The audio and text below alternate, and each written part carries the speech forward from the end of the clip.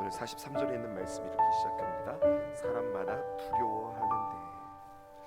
여러분, 사람들이 두려움에 사로잡혔다고 하는 말이 아닙니다. 오늘 성경에 보면 하나님을 깊이 경험하고 또 하나님을 진정으로 경외하는 마음, 하나님을 참 건강한 마음으로 두려워하는 마음이 생겼다고 하는 말입니다. 잠언 1장 7절에 보면 이런 말씀이 있어요. 여호와를 경외하는 것이 지식의 근본이거늘 미련한 자는 지혜와 훈계를 멸시하느니라. 그러니까 경외한다라고 하는 말의 반대말을 우습게 여긴다, 쉽게 여긴다, 그리고 멸시한다라고 하는 표현을 하는 거예요.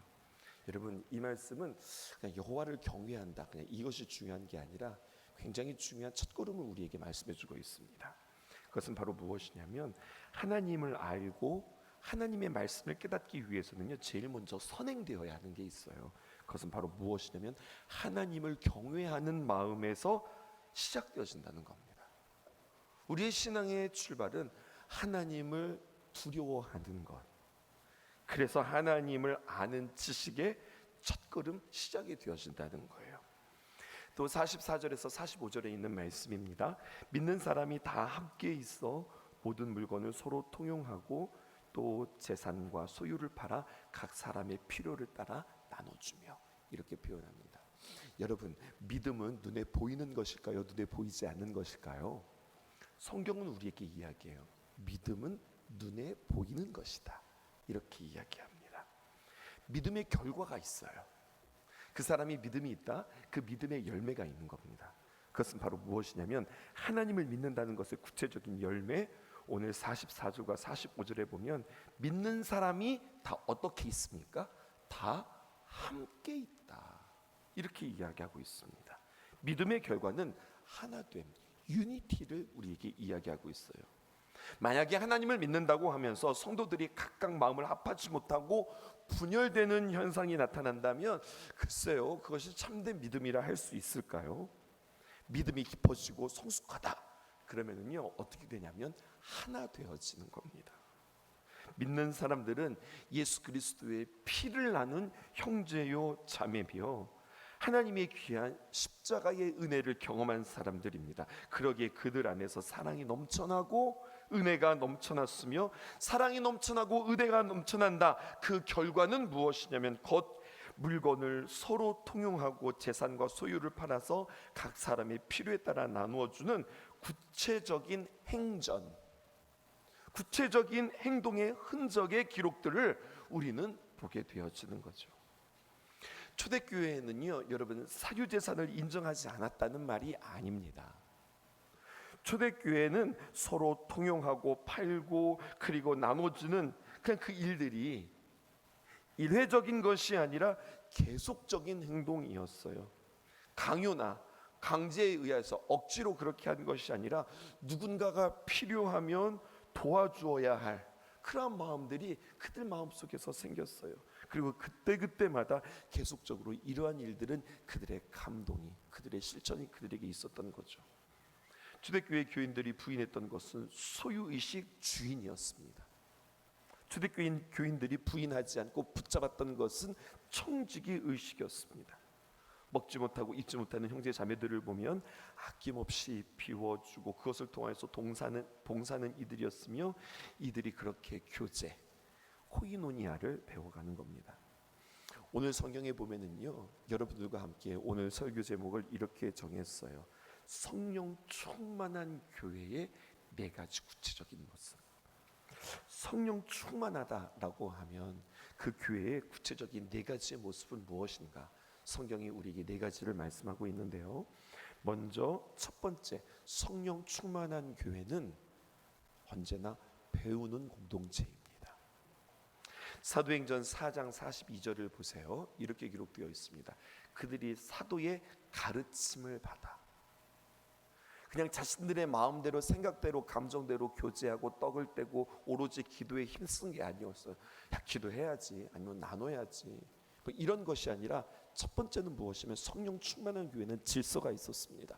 그래서 사도들의 가르침을 받아서 교제하고 가르침을 받아서 떡을 떼었으며 가르침을 받아서 기도했다고 하는 겁니다. 특별히 깊은 성령의 체험, 내가 성령 체험을 했다라고 하는 것은요, 말씀으로 이어지는 거예요. 말씀을 가볍게 여기지 않았습니다. 성령 체험을 했어요. 이거 얼마나 신비하고 놀라운 일일까요? 근데 여러분, 성령 체험의 결과가 신비만 또 체험만 강조하는 그러한 반지성주의로 나아가지 않았습니다. 왜냐하면 성령, 또 다른 말은 이 성령의 영은 진리의 영이기 때문에 그렇습니다. 성령 체험하면 체험할수록 말씀에 대한 목마름이 생겨서 가르침을 받기를 열망했다는 거예요. 이것이 성령 충만한 공동체, 성령 충만한 교회의 특징입니다. 배우려고 한다. 하나님의 말씀을 알기 원한다. 그러니까 사도들은 자신의 경험이나 아니면 자신의 생각들을 가르치는 것이 아니라 무엇을 가르치는 거예요? 하나님의 말씀을 가르쳤다라는 겁니다. 기억하십시오. 성령 충만한 교회는 배우는 공동체였다. 두 번째입니다. 성령 충만한 교회는 나누는 공동체였습니다. 44절과 45절 볼게요. 믿는 사람이 다 함께 있어 모든 물건을 서로 통용하고 또 재산과 소유를 팔아 각 사람의 필요를 따라서 나누어 주었다. 이렇게 이야기합니다. 여기서 나누어 주며라고 하는 말이 헬라어 교제라고 하는 말이에요. 이 말은 우리가 좀 알아들을 필요가 있습니다. 교제한다. 이것이 바로 코이노니아라고 하는 말이에요. 여러분, 교제한다. 이것은 사귄다는 거거든요. 사귄다. 이것은 다른 말로 또 표현하면 이게 친밀하다라는 거예요. 근데 여러분, 어떻게 교제하는 거예요? 어떻게 사귀는 거예요? 당신과 내가 어떻게 친밀할 수 있어요? 성경은 우리에게 구체적으로 이야기합니다. 공급해 주는 겁니다. 여러분, 내가 주고 싶은 것을 공급하는 것이 아니라 내가 남는 것을 가지고 이거 남는데 너 필요하면 너 가져. 이렇게 공급하는 것이 아니라 공급한다는 것은요, 대상이 원하고 대상이 필요한 것을 공급하는 거예요. 그러니까 먼저 그 사람의 필요가 보이는 거죠. 그 사람이 뭐가 필요한가? 달라고 하지도 않았는데 주는 것, 여러분, 이것은 폭력일 수도 있습니다. 부담일 수도 있습니다. 그것이 아니라 정말로 그에게 필요한 것을 공급하는 거예요. 그냥 우리의 마음이 있고 정서가 있고 호감이 있고 좋은 감정을 나누고 사귀고 밥 같이 먹는 것, 여러분, 이것이 아니라 내게 간절하고 내게 필요한 것, 이거 나에게 정말 중요한 거거든요. 근데 가만히 보니까 이게 그 사람에게 필요한 거예요. 나에게 소중한 그것이 그 사람에게 필요하기에 내가 그것을 나눠줄 때는요, 정말로 나는 피를 짜고 그리고 살을 도려내는 것 같은 그 아픔이 수반되어지면서 그것을 가지고 그에게 공급하는 것, 쉽지 않은 겁니다. 그런데 거기에 참된 교제가 있는 겁니다. 그래서 교제는 나눔과 섬김으로 구체적으로 우리에게 표현되어지는 거죠. 그런데 초대교회가 그렇게 했다는 거예요. 세 번째, 성령 충만한 교회의 특징이 있습니다. 그것은 바로 예배 드리는 공동체입니다. 46절 보실게요. 날마다 마음을 같이하여 성전에 모이기를 힘쓰며 집에서 떡을 떼며 기쁨과 순전한 마음으로 음식을 먹고. 여러분, 성경에 보는 오늘 본문에 보니까요, 두 장소가 등장하죠. 하나는 성전이고 하나는 집입니다. 여러분, 이 말씀 경청하십시오. 이 두 가지가 잘 조화와 균형을 이룰 때 진정한 예배라고 성경은 우리에게 이야기하고 있어요. 성전은 공식적인 장소임과 동시에 공식적인 예배가 드려지는 곳이 성전입니다. 근데 여러분, 집은요, 비공식적인 장소요, 또 비공식적인 예배가 드려지는 곳이에요. 성전은 정통적인 예배라고 한다면 집에서 드려지는 예배는 자발적인 예배예요. 예배의 이상적인 모습을 우리에게 제시하고 있는 겁니다. 교회 공동체, 성령 충만한 교회의 이상적인 모습을 우리에게 소개하고 있는데, 성정만을 강조하거나 그리고 가정을 소홀하게 여기거나 아니면 가정을 강조한 나머지 성전을 소홀히 여긴다면 이것은 균형 있는 신앙, 온전한 신앙이 아니라는 거예요. 음식을 먹는데 기쁨으로 먹었고 순전한 마음으로 먹었다는 겁니다. 여러분, 음식이 차려져 있어요. 맛있는 음식이 차려졌을 때, 또 음식에 맛있는 음식일 뿐만 아니라 그 음식에 보면 마음이 담기고 정성이 담겼잖아요. 그럼 우리는 기쁨으로 그 음식을 대할 수 있어요. 얼마나 기뻐요. 그런데 여러분, 성경에 보니까요, 음식을 기쁨과 순전한 마음으로 먹었다라고 이야기하고 있어요. 기쁨으로 그 음식을 대하는 건 알겠는데 순전한 마음으로 대하는 건 뭘까요? 순전한 마음을 영어 성경에는요, sincere heart 이렇게 표현하고 있어요. 다른 말로 표현하면 순전한 마음은 진심 어린 마음, 진지한 마음 이렇게 번역하고 있어요. 이것을 우리가 좀 더 피부에 와닿게 번역을 한다면 전 이렇게 번역하고 싶어요. 가장 적절한 표현은요, 경건한 그리고 경외하는 마음으로 음식을 나누었다는 겁니다. 성령의 9가지의 열매 가운데 여러분, 기쁨, 희락이라고 하는 열매 있는 거 아시죠? 그런데 이 기쁨은 그냥 아무렇게나 방종 가운데서 질서 없이 이 열매 기쁨을 맛보는 게 아닙니다. 하나님을 두려워하고 경외할 때에 질서가 잡히고요, 그 질서에서 기쁨이 비로소 우리에게 열매 맺게 되어지는 거예요. 본문에서 떡을 뗀다고 하는 표현은 성만찬과 관련이 있습니다. 그리고 그 성만찬은 그들에게 진지함과 경외함과 두려움에서 시작되었고요, 그리고 그것은 그냥 진지함과 두려움과 경외함으로 끝난 것이 아니라 그곳에 참된 기쁨을 맛보게 되어진 역사가 이어지는 겁니다. 성전에 모이기를 힘썼고요, 성전에서 배운 말씀을 집에서 다시 예배드렸다. 여러분, 이것을 어떻게 적용하시겠어요? 가정예배문을 여러분들 하나씩 가지고 가셔서 집에서 가정예배문을 통하여서 가정예배를 드리시겠어요? 저는 여러분들에게 이렇게 도전합니다. 우리는 신성 큐티 묵상하는 교회잖아요. 날마다 하나님의 귀한 말씀을 이 공간을 통하여서 혹은 온라인을 통하여서 날마다, 오늘 저녁에 여러분들과 함께 말씀을 다시 한번 나누겠지만 우리에게 일용할 양식을 주옵소서. 날마다 우리에게 일용할 양식을 이렇게 공급받는 거예요. 그리고 그것을 가지고 가정 예배를 드린다는 것은 물론 온 가족이 한 상에 둘러 앉아서 말씀을 피고 무릎 꿇고 기도하고 예배하면서 그럴 수도 있지만, 여러분, 이러한 것들이 우리에게 여건이 잘 허락되어지지 않는다면 우리의 대화 가운데, 부부지간에 또는 부모와 혹은 자녀 간에, 오늘 하나님께서 우리에게 이러한 말씀 주셨는데, 오늘 나에게 이러한 말씀의 묵상이 있었는데, 내게 주신 깨달음, 내게 주신 귀한 말씀이 서로 이야기되어지는, 그리고 함께 적용되어지고 함께 기도해주고 함께 구체적으로 그것들을 실천하는, 여러분, 그러한 대화, 그러한 적용. 당신 오늘 말씀 통해서 어떤 말씀 들었어요?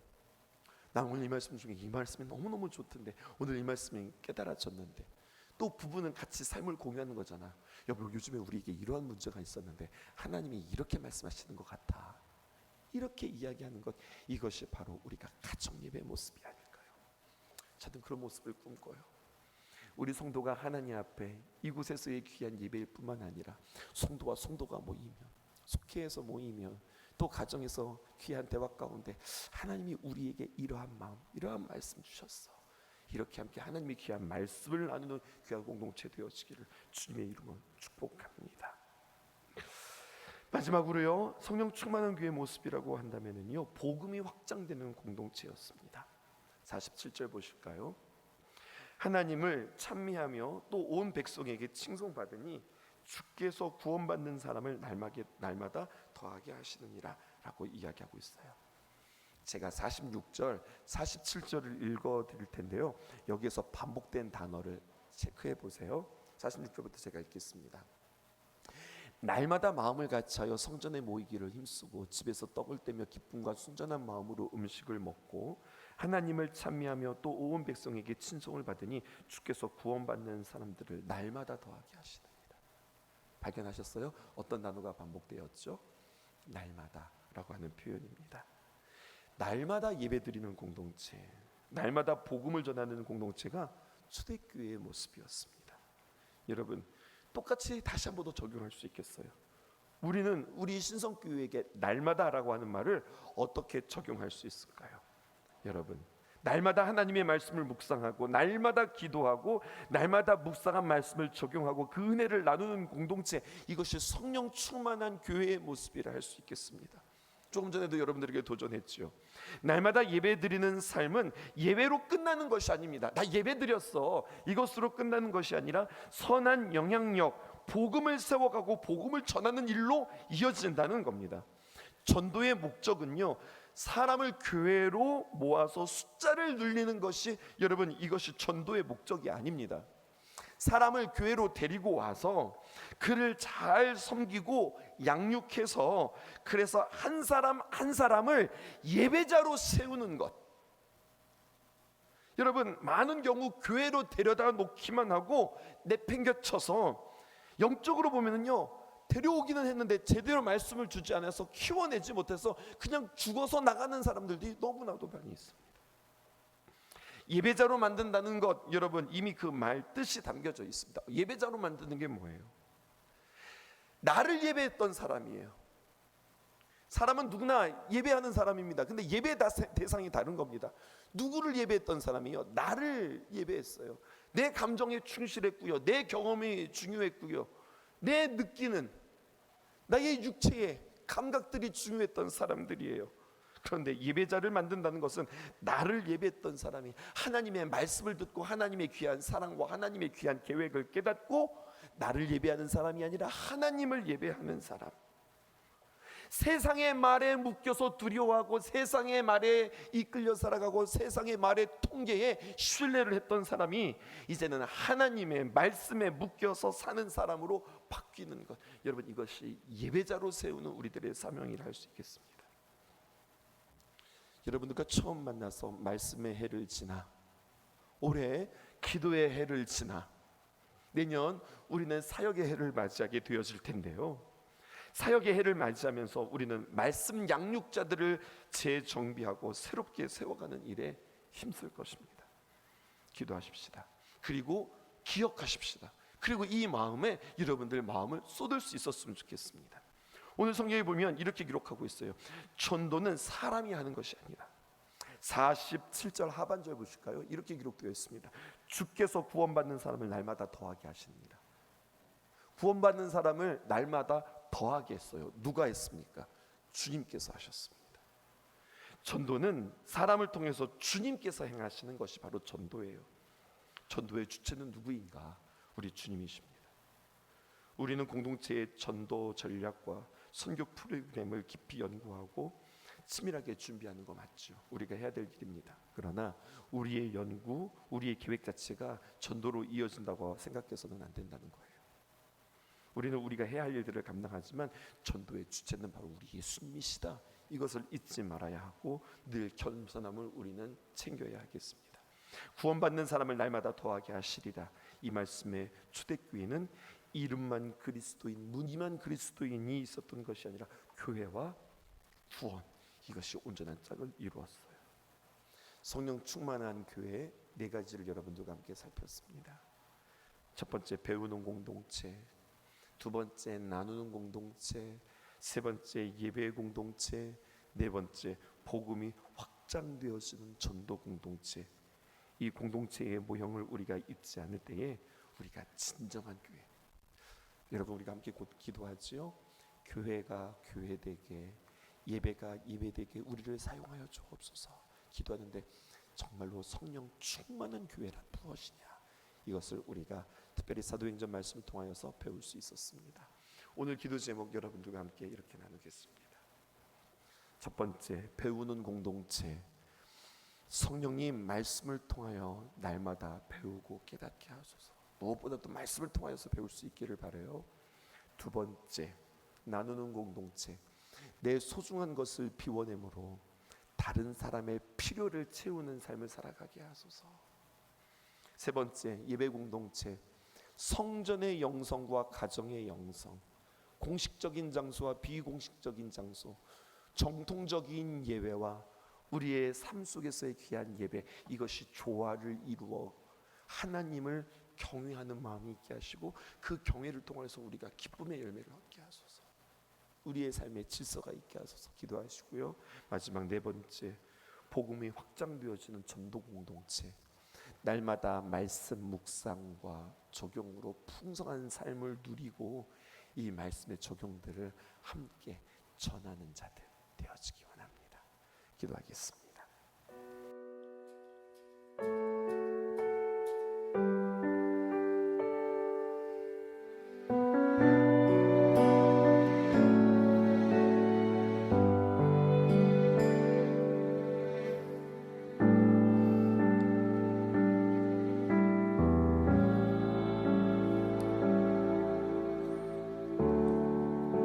주님 손에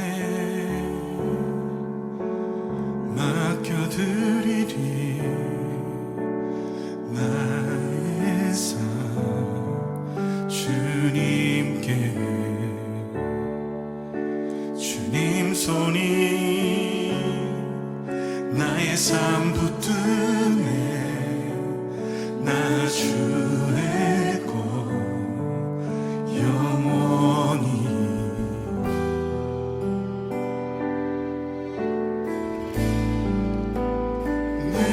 믿는 분 예수 내가 속한 분 예수 삶의 이유 되시네 내 노래 되시네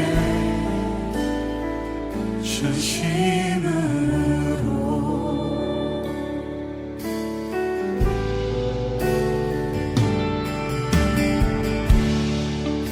주와 함께 걸어가리라 모든 길을 주실래 주 뜻 안에 나 살아가리 주의 약속은 영원해